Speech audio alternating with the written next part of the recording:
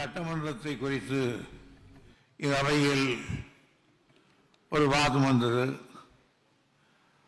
வழக்கமாக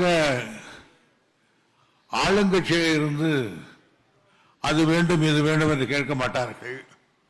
எதிர்கட்சியில் இருந்துதான் அதிகமாக கேட்பார்கள். தோழமை கட்சிகளும் கொஞ்சம் அடக்கி வாசித்து விட்டார்கள்.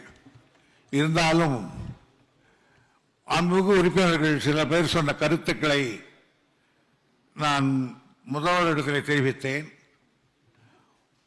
இப்பொழுது 3 கோடி ரூபாய் நம்முடைய எம்எல்ஏக்களுக்கு ஃபண்டு தரப்படுகிறது.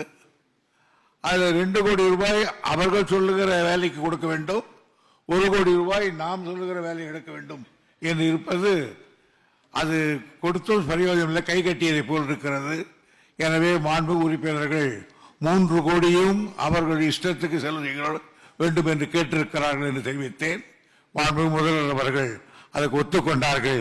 எனவே எம்எல்ஏக்கள் இனிமேல் 3 கோடி ரூபாயை நீங்களே செலவு செய்யலாம். நீங்களே உங்களுக்கு அந்த தொகுதிக்கு தான்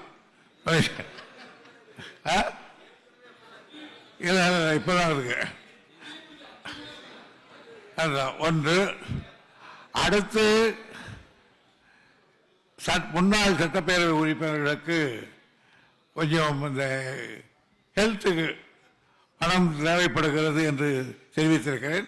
முதல்வர் அவர்கள் அது குறித்து பேசிவிட்டு தெரிவிப்பதாக தெரிவித்திருக்கிறார்கள் என்ற செய்தியை உங்களுக்கு தெரிவித்து, இன்னும் நேரம் அதிகமாகிவிட்டது, போய் சாப்பிடலாம்.